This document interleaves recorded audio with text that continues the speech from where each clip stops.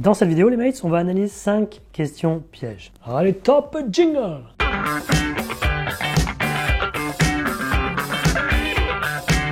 Salut les mates, c'est Jésus pour vous servir, bien sûr. Et les mates, dans cette vidéo, on voit les 5 questions pièges. À vrai dire, il y en aura 10, mais je vais faire 2 vidéos. Je vais découper en 2 pour que les vidéos soient pas trop longues et qu'on voit bien dans le détail ces 5 premières questions pièges. Surtout les mates, si vous n'êtes pas encore abonné, abonnez-vous. N'oubliez pas de vous abonner, c'est important. Partagez, likez. Et bien merci parce que cette chaîne grossit très vite. Donc encore merci à vous tous. Allez, trêve de blabla. Première question piège. Parlez-moi de vous. Présentez-vous. Alors c'est vraiment la question piège. On n'a pas l'impression que c'est un piège du tout. Alors que c'est pour moi, croyez-moi, la question la plus compliquée. Tout simplement parce que on a l'impression que quand on nous dit ça, on peut dire un peu ce qu'on veut. On peut partir un peu dans tous les sens, mélanger un peu vie privée, vie professionnelle. Et si c'est pas organisé un minimum, ça peut vite être très difficile à suivre. Et surtout, vous pourriez partir dans des détails et ne pas intéresser le recruteur dès le début de l'entretien. Or, cette question-là, vous vous en doutez, elle arrive en tout début d'entretien. Et si vous répondez correctement à cette question, vous allez vous mettre sur les bons rails pour la suite de l'entretien. Et à contrario, si vous faites ça de manière un peu improvisée, eh ben, vous allez être un peu en difficulté pour la suite de l'entretien. Donc la clé, surtout quand on vous pose cette question en début d'entretien, c'est de ne pas raconter toute votre vie, de vouloir reprendre tout son CV et de tout expliquer de A à Z. Votre CV, le recruteur l'avait déjà sous les yeux, a souhaité vous rencontrer, donc il a déjà eu ces informations. En gros, il va vouloir, à travers cette question, récupérer des informations qu'il n'a pas encore. Et ces informations, c'est quoi? C'est qui vous êtes, qu'est-ce que vous aimez faire dans la vie, pourquoi vous aimez faire ce job, qu'est-ce que vous recherchez idéalement si vous ne l'avez pas inscrit en haut de votre CV, qu'est-ce que vous voulez faire dans 3-5 ans et surtout quelles sont vos 3-4 grandes compétences. Okay, il va falloir extraire dans votre CV les 3-4 grandes compétences qui vont quelque part vous résumer. Et donc quand vous allez répondre à cette question, c'est très important parce que la matière que vous allez amener va servir à alimenter tout le reste de l'entretien.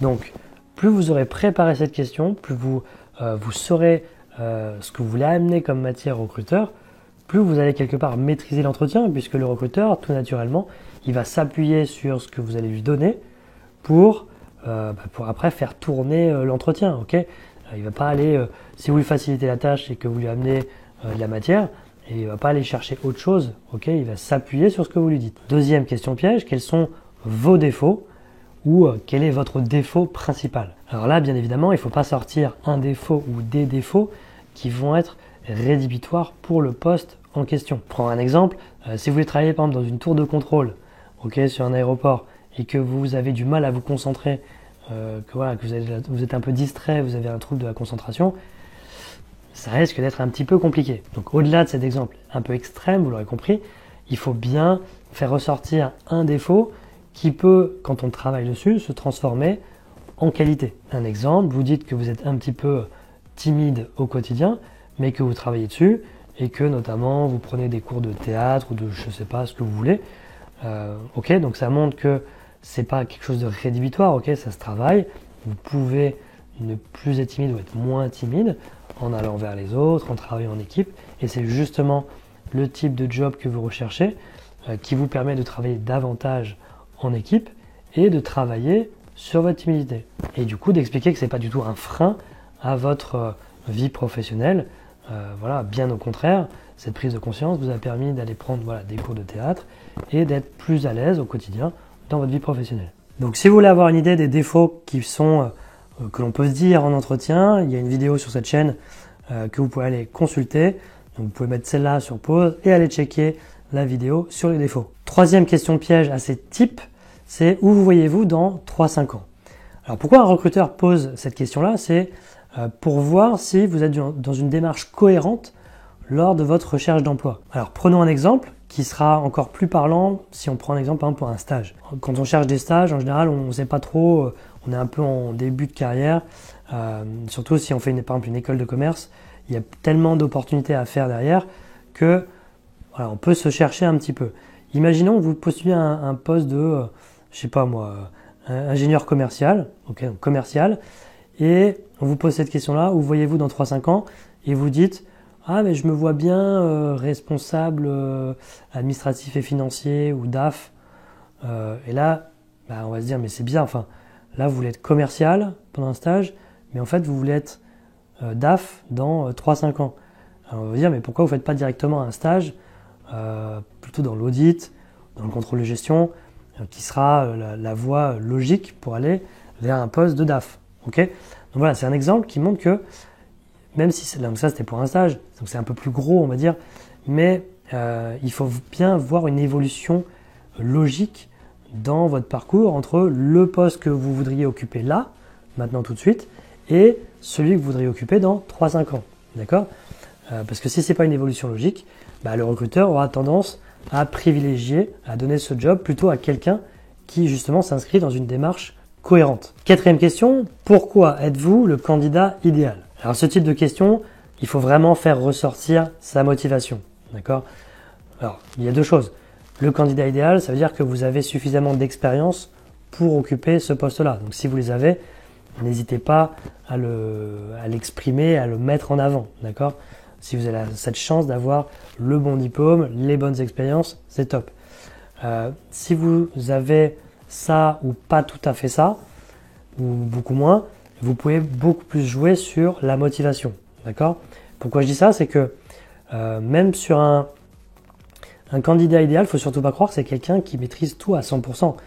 Parce que le recruteur, même lui, il sait qu'il ne cherche pas ça. Pourquoi? Parce que la personne qui maîtrise tout à 100%, si elle vient, elle va s'ennuyer très vite. Et c'est quelqu'un qui, au bout de 2-3 mois, 6 mois, ne sera peut-être plus là. D'accord? Parce qu'elle se sera ennuyée, elle voudra découvrir autre chose.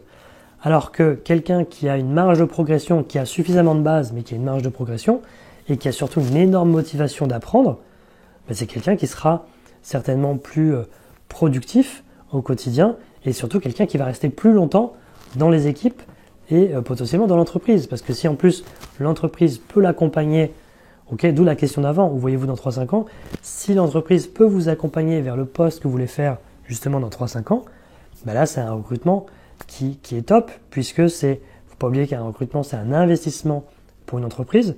Donc là elle investirait en vous, enfin sur vous, et ce serait un investissement qui serait payant. Donc pourquoi êtes-vous le candidat idéal? La motivation pour le poste, pour l'entreprise, pour ce que ça peut ouvrir comme opportunité pour la suite.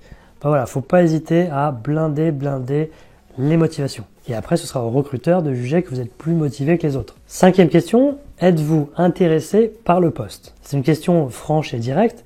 Et en général, on pose cette question à des candidats quand on n'a pas ressenti à travers l'entretien une grande motivation, on va dire. Parce que vous pouvez répondre « Oui, je suis très intéressé à cette question ». Ça, ce sont des mots. Après, il y a toute la communication non verbale qui doit montrer que vous êtes intéressé, que vous êtes motivé. Et ça se traduit par, bien sûr, le sourire, la gestuelle qui montre que vous êtes super excité. Ça se traduit par le fait de bien regarder les gens dans les yeux. Ça se traduit par l'intonation de votre voix. Ok? Donc, c'est pas juste les mots. Les mots vont pas suffire. Les mots, on va dire que c'est le strict minimum pour dire « je suis intéressé ». Mais après, c'est surtout tout ce que votre corps va dégager, tout ce que vous allez dégager pour dire que vous êtes intéressé, que vous êtes motivé. Voilà les mails pour ces 5 premières questions pièges. N'hésitez pas à laisser des commentaires sous la vidéo si vous avez des questions. Je me ferai un plaisir d'y répondre. N'oubliez pas les lives tous les mercredis à 16h. Vous pourrez me poser vos questions directement et vous aurez la réponse dans la foulée. N'oubliez pas également d'aller sur le site réussir-son-entretien-d'embauche.com. Vous avez le lien dans la description. Il y a plein d'articles, plein de vidéos aussi.